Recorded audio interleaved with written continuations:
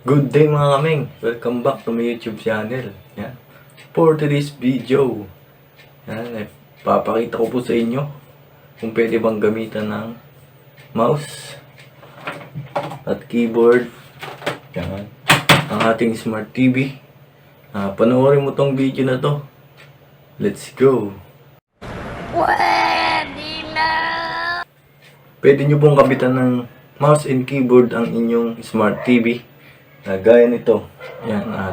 Ang smart TV natin ay COOCAA 32 inches smart TV. Yan. Android 11.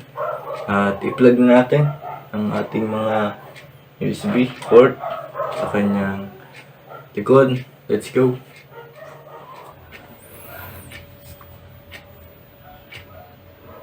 Yan. Ipa-plug na po natin siya sa likod.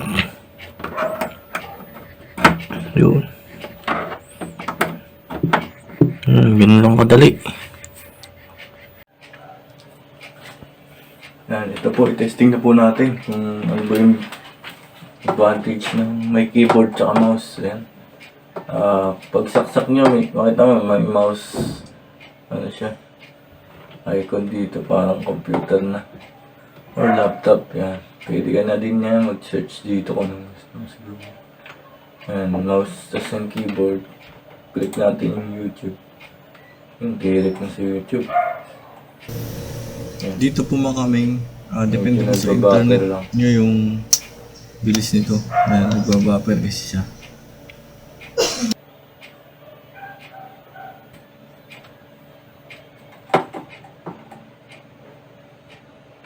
Yan, try natin mag-search mga kamay. At yan, mabilis lang. Advantage sa kanya. Yan, type natin 4K. Diba? Mas mabilis yung kanyang response. Yan, sabihin mo. Yan, i-mute ko lang kasi baka makapirate tayo.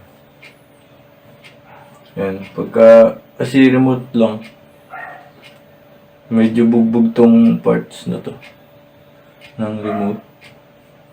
Yan, laging gamit. Magandaan sa kanya, pwede siyang gumagamit. Ganda yan. 480p lang. Yan, gusto mong i-like. Diba? Yan mga kaming, dito parang computer na din siya. Pag in-scroll mo naman, nakita mo.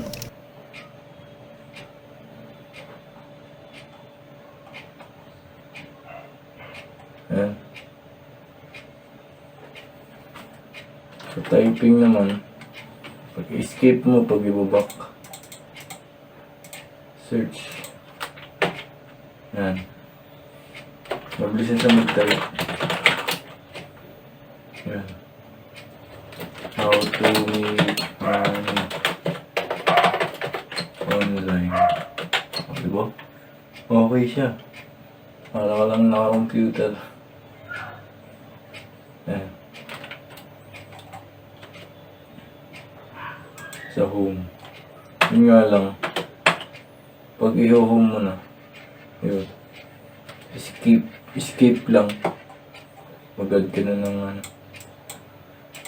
Yan, yung gusto mo, Facebook or ano, mag-add ka na dyan. Yan, pag-back nga, escape. Yan mga kaming, nakita nyo naman na pag gumana yung keyboard tsaka mouse natin.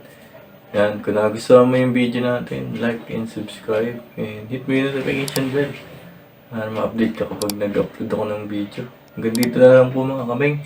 Thank you sa panonood. And God bless.